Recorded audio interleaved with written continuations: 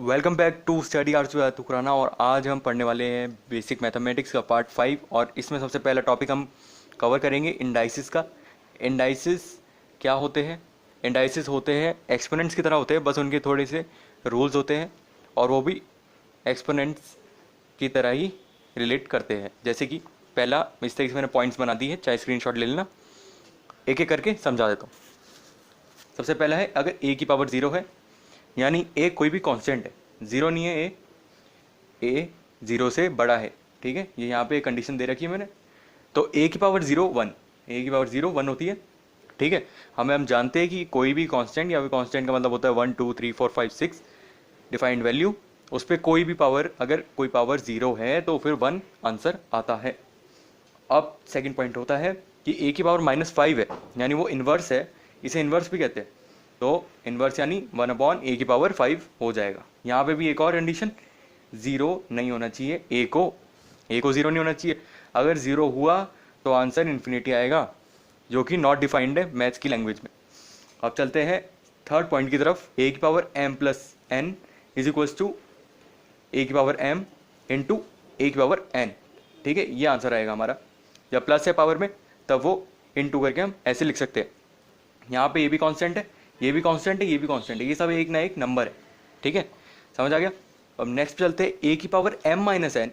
अब यहाँ पे प्लस में क्या करा था हमने, मल्टीप्लाई करा था, तो माइनस में क्या करते हैं, डिवाइड, ठीक है, सिंपल है। और m और n क्या है, रियल नंबर है। अब चलते हैं, ए की पावर m का whole power n is equals to, ये दोनों बाहर वाले ब्रैकेट के बाहर जो पावर है और a की पावर जो m यहाँ पे दे रखी है, ये दोनों मल्टीप्लाई हो जाएगी, ठीक है। और कंडीशन कैसी बन गई, a की पावर m इंटू n। अब नेक्स्ट पे चलते हैं, a की power p by Q.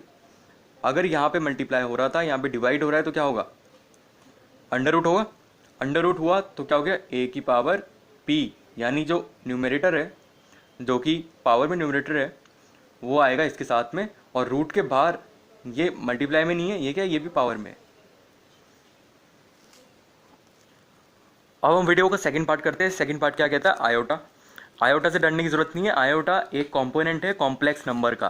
Complex number कहाँ से आते हैं कि हमने रियल नंबर वगैरह पढ़े थे, होल नंबर भी पढ़े थे। कॉम्प्लेक्स नंबर तब आते हैं जब हम टेंथ में पढ़ते हैं कि अंडर रूट में अगर कोई कभी टर्म माइनस में आ जाए तो वो नॉट डिफाइंड होती है, ठीक है, नॉट डिफाइंड होती है।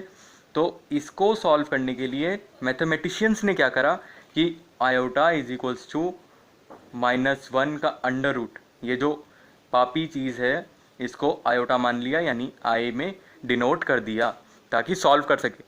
अब कैसे सॉल्व करना है, इसमें कुछ रूल होते हैं, जैसे आई की पावर 1 आई होता है, और ऐसे ही आई की पावर 5 हर 4 गैप में, अगर पावर जैसे 4 4 बढ़ रही है, आई की पावर 1 में आई की पावर 5 में आई होगा, और आई की पावर 9 में आई होगा, ऐसे ही आई की पावर 13, आई की पावर 17, ऐसे करके।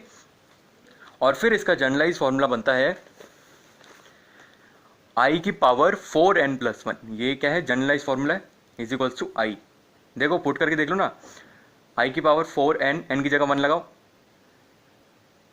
n की जगह 1 लगाया तब क्या आया, आई की पावर 5, जो कि आई है। ऐसे 2 3 जब भी लगाएंगे तब आई आएगा। सेकेंड लाइन में देखते हैं, आई की पावर अगर 2 है तो -1 होगा, क्योंकि अगर हमने -1 का स्क्वायर कर दिया तो -1 बन जाएगा, अंडर रूट कट गया, क्योंकि अंडर रूट का मतलब तो हाफ होती है ना, पावर हाफ होती है। अब ऐसे ही 4 4 का गैप करके ये -1, ये -1, और जनरलाइज फॉर्मूला ये याद रखना, आई की power 4n plus 2 is equals to 1। I की पावर 3 के लिए करेंगे, आई की पावर 3 में क्या होगा, माइनस आयोटा, क्योंकि अंडर रूट आई को अगर हमने स्क्वायर करा तो फिर ये हो गया -1।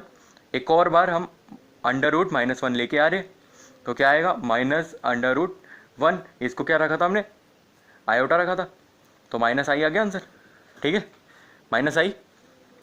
अब ऐसे ही 4 4 के गैप में माइनस आई, जनरलाइज फॉर्मूला हो जाएगा आई की power 4n plus 3 is equals to -i, i की पावर 4 इज इक्वल्स टू 1, ठीक है। वापस वही चीज़ हुई है ना, लेकिन इस बार क्या हुआ, +1 हो गया, क्योंकि वो माइनस था, वो माइनस से कट गया।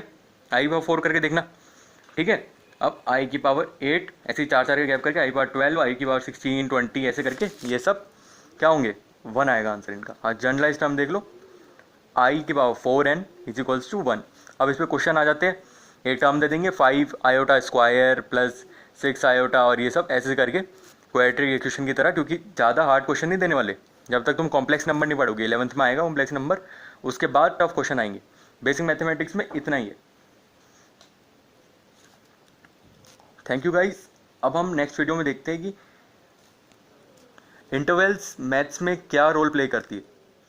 तो तब तक के लिए पीस आउट।